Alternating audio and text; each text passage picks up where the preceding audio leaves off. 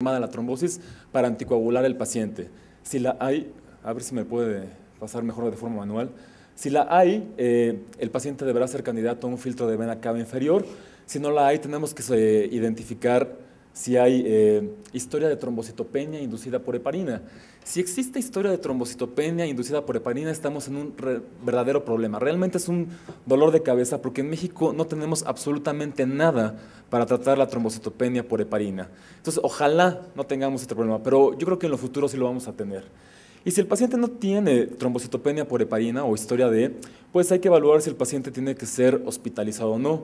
Las principales indicaciones para hospitalizar a un paciente con una trombosis venosa profunda es que sea una trombosis muy grave, que esté afectando la integridad de la extremidad, que tenga una baja reserva cardiopulmonar, o bien que tenga alguna contraindicación para utilizar heparinas de bajo peso molecular, porque en este ámbito sería directamente heparina no fraccionada y ese es un medicamento que se tiene que dar exclusivamente de forma hospitalaria. Y ya por último, se iniciará tratamiento con heparinas de bajo peso molecular, ya sea intra o extrahospitalario, si no hay contraindicación, y se dará un tratamiento con antagonistas de la vitamina K hasta lograr un INR entre 2 y 3. Esto es lo clásico. Poco ha cambiado de 10 años para acá, pero afortunadamente sí está cambiando.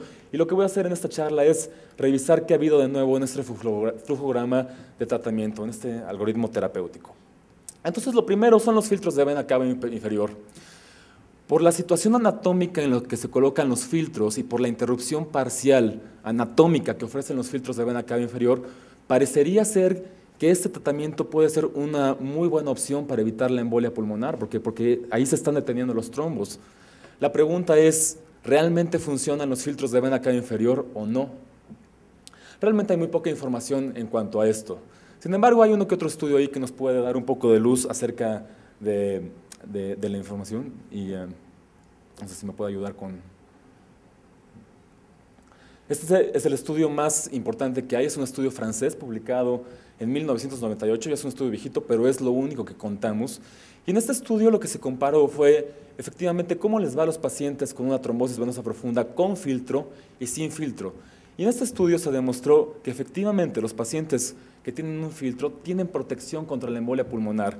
El valor de P comparado con los del filtro, con los que no tienen filtro, fue estadísticamente significativo. Pero esta protección solamente duró 12 días después de la inserción del filtro.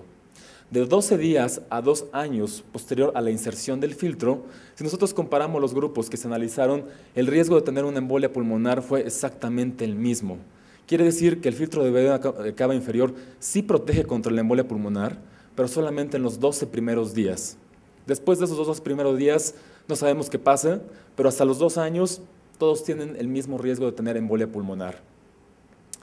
Y otra cosa muy importante de los filtros de vena cava inferior es que, como son colocados dentro de un vaso sanguíneo, producen éstasis, trombosis local, pues sí, protegen contra la embolia pulmonar, pero favorecen la éstasis sanguínea y por lo tanto tenemos mayor incidencia de trombosis venosa profunda, con mayor necesidad de anticoagulación, con más riesgo de síndrome postrombótico, lo cual complica mucho el asunto, los filtros de vena cava inferior.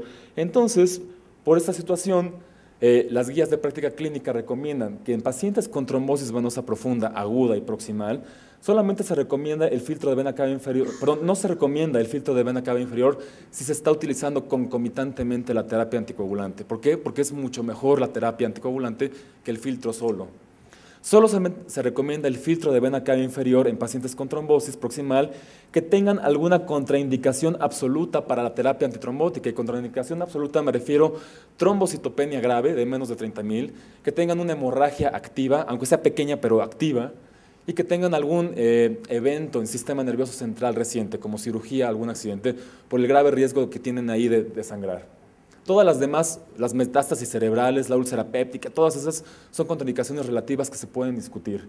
Y en pacientes con trombosis venosa profunda, a quienes se les ha insertado un filtro de vena cava inferior, se les tiene que dar un curso de anticoagulación de la misma intensidad y de la misma duración que aquellos que no se les puso el filtro cuando el riesgo de hemorragia ha pasado. Es decir, tienen su filtro, sí, se les protege 12 días, pero esos pacientes tienen que ser sometidos también a terapia antitrombótica de forma obligatoria.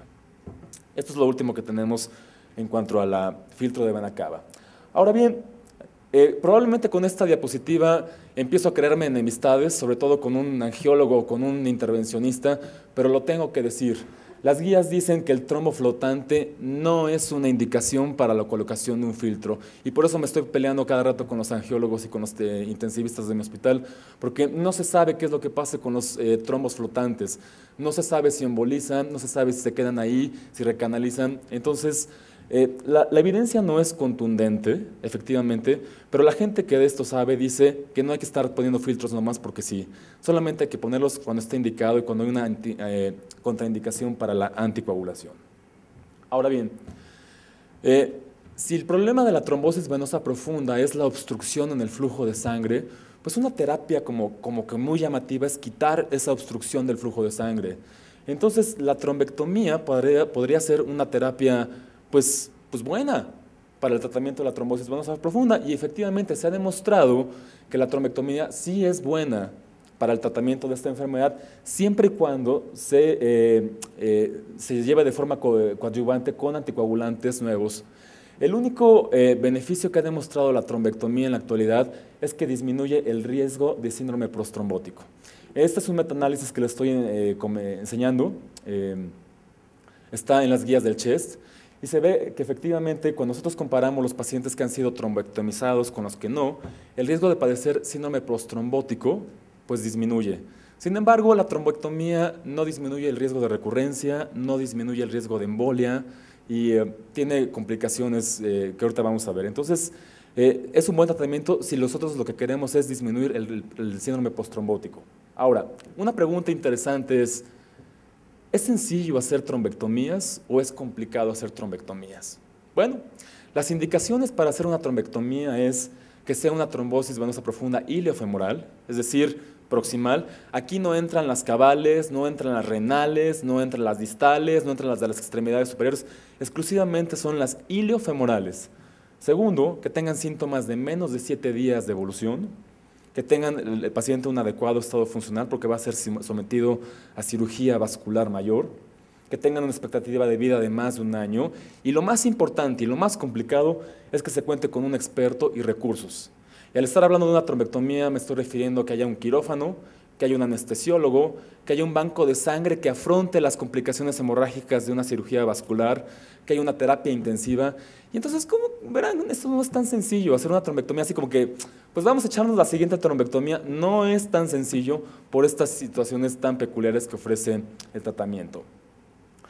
Por eso es que en pacientes con trombosis venosa profunda aguda, se sugiere terapia anticoagulante antes de la realización de una trombectomía. Y otra cosa muy interesante que apoya la terapia anticoagulante es la trombectomía no disminuye el estado protrombótico que dio origen a la trombosis. Por lo tanto, la trombectomía no previene la recurrencia. Entonces, a un paciente se le tiene que someter a trombectomía y aparte se le tiene que anticoagular. Se juntan dos situaciones y si la terapia anticoagulante ofrece el mismo beneficio, pues mejor no hacer trombectomías. Es siempre preferible dar terapia anticoagulante. Ahora, alguien probablemente se esté preguntando, bueno, no le hacemos una trombectomía quirúrgica, pero le hacemos una trombectomía farmacológica, lo trombolizamos. Bueno, la trombolisis está asociada con una disminución más rápida y más segura y la lisis, obviamente, del trombo en una trombosis venosa profunda. Sin embargo, este procedimiento rara vez se llega a hacer porque aumenta de forma significativa el riesgo de hemorragia. Este es otro metaanálisis que les muestro de las guías del CHEST, en donde vemos que los pacientes que han sido sometidos a trombolisis sistémica tienen un riesgo relativo muchísimo mayor que los pacientes que no lo tienen comparados con la terapia anticoagulante para sangrar. Algunas personas han intentado hacer una trombolisis dirigida con un catéter porque requiere menos trombolítico, porque está más dirigido, porque no se va de forma sistémica, pero aún así la terapia trombolítica sistémica tiene complicaciones hemorrágicas graves. La misma pregunta que formulé, ¿es fácil hacer una trombolisis? Definitivamente no. ¿Por qué? Porque se requieren pacientes muy escogidos, pacientes que tengan menos de 14 días con la sintomatología, que tengan un adecuado estado funcional, que tengan una expectativa mayor de 1 año y nuevamente que tengan bajo riesgo de hemorragia. Y otra vez, si un médico se anima a hacer una trombolisis, tiene que estar en un centro hospitalario que afronte las complicaciones hemorrágicas de una trombolisis, principalmente alguien que sepa interpretar pruebas de coagulación. Número uno, también que tengan pruebas de coagulación y que tengan un banco de sangre o bien medicamentos que afronten las complicaciones hemorrágicas. Por lo tanto, la trombolisis tampoco parece ser el tratamiento ideal. Sí se puede hacer, pero no es el tratamiento ideal.